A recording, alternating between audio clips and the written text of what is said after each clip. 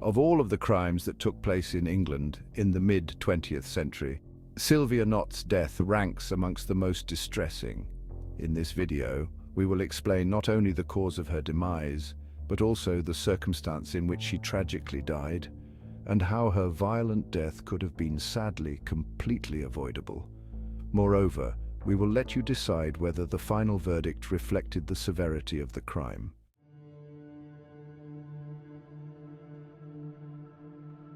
Back in 1964, in the English city of Nottingham, the home of Robin Hood and halfway between Birmingham and Sheffield, the dead body of one Silvia Jeanette Knott was discovered on the banks of the River Ouse, with her face partially submerged in the water.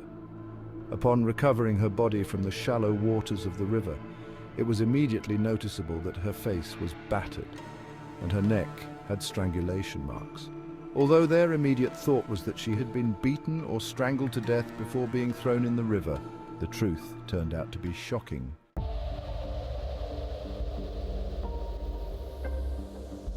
After a quick investigation in the area, a suspect was promptly identified as one Glyn Jones, a local man in whose company the victim had been seen the previous night. The suspect's van, in which he also lived, stood within 100 feet of the riverbanks where her body was found.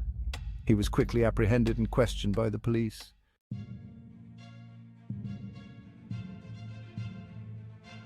When questioned, the suspect initially and vehemently denied any responsibility for the death. At first he claimed that he had seen her, but she left him to return home. His alibi, noticeably weak, was that he had spent the night in his van alone. The police, however, were far from being persuaded by the suspect's excuses and persevered until the suspect, seeing that there was no way out, finally confessed. However, his explanation was nothing short of bizarre. According to Mr. Jones's testimony, Miss Knott had entered his van of her own volition, seeking to engage in consensual sexual activity with the accused.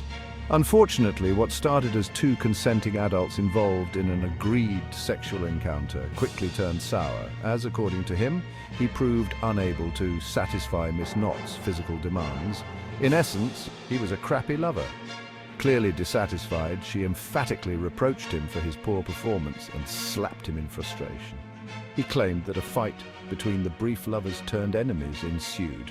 As a result, Mr. Jones hit the victim's face and head, and even violently squeezed her neck until he finally knocked her out. According to his testimony, Miss Knott did moan in pain a few times while unconscious before becoming silent. Miss Knott was a pint-sized woman and he was a burly man. Bearing in mind their respective sizes, the police were skeptical about him describing what happened as a fight. He admitted to having panicked when he realized he was unable to get her to regain consciousness, despite repeatedly shaking her then motionless body for about half an hour. Realizing the predicament he was in, and rather than seeking medical help, he concluded that the victim was dead.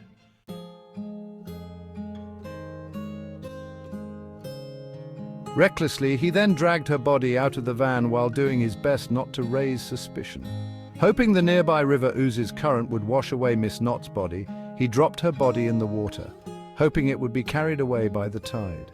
As it turned out, Mr. Jones's improvised plan backfired as he failed to take into account the very tidal nature of the river he had hoped would hide the evidence of his crime. The River Ouse in Yorkshire is what is known as a tidal river, which in short means that its level and flow are influenced by tides. Tidal rivers are usually short rivers with relatively low discharge rates and generally quite shallow. The Ouse's tide can flood for 2 to 3 hours and ebb for up to 10 hours with strong currents of up to 2 or 3 knots. Given Mr. Jones's hasty intentions to rid himself of the body, he obviously miscalculated the river's powerful ebbs and flows, which resulted in Miss Knott's body being found near the same location where he left her and the ultimate arrest of the main suspect. Yet the story was about to take an unpredictable turn.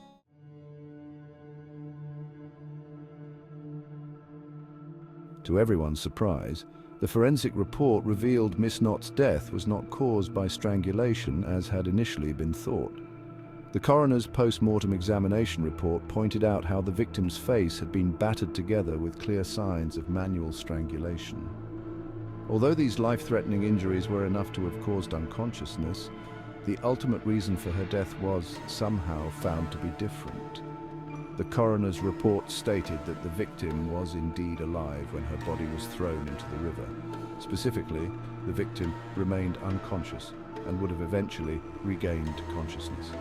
In essence, though battered and bruised, she would have lived. She had drowned.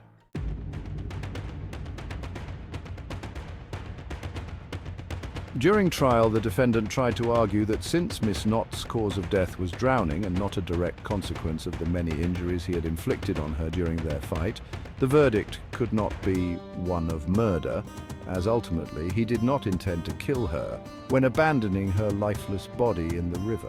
The prosecution argued that the level of violence inflicted on her, the failure to seek medical help, and the recklessness with which he threw her and left her in the river ultimately caused her death.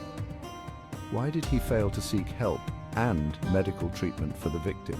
Did he even attempt to find out whether her heart was still beating? During the trial, questions were raised about what steps, if any, Mr. Jones had taken to find out if she was alive at all. All the evidence proved that he had willingly failed to provide the most basic human care to the victim in her last minutes. Despite the defendants seeking to argue him being provoked by her criticism and ridiculing demeanor towards him, this line of defense was ultimately rejected. Even if Miss Knott managed to humiliate the defendant and bruise his pride, this did not justify the severity of the violence inflicted on her. The judge at trial directed the jury that he could not be convicted of murder unless the accused knew that she was still alive when he threw her into the river. It is worth noting that back in 1964, when the events happened, the death penalty for murder was still in place in England. A verdict of murder could therefore have very different consequences for the accused than a verdict of manslaughter. A verdict of murder would most likely result in death. A judge would have pronounced that he should be hung by the neck until he was dead.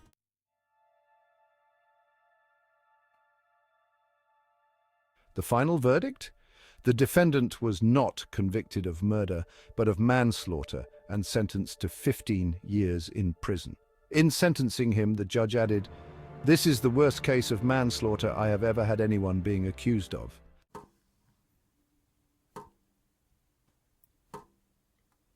In the years after the tragic death of Miss Knott, much has been discussed about whether the final sentence delivered to Mr. Jones was in fact reflective of the heinous crime he committed. Do you think that the sentence of 15 years was too lenient? Do you think the final verdict was in fact correct, or perhaps Mr. Jones should have been convicted of murder and even sentenced to the death penalty? Make the background music solemn.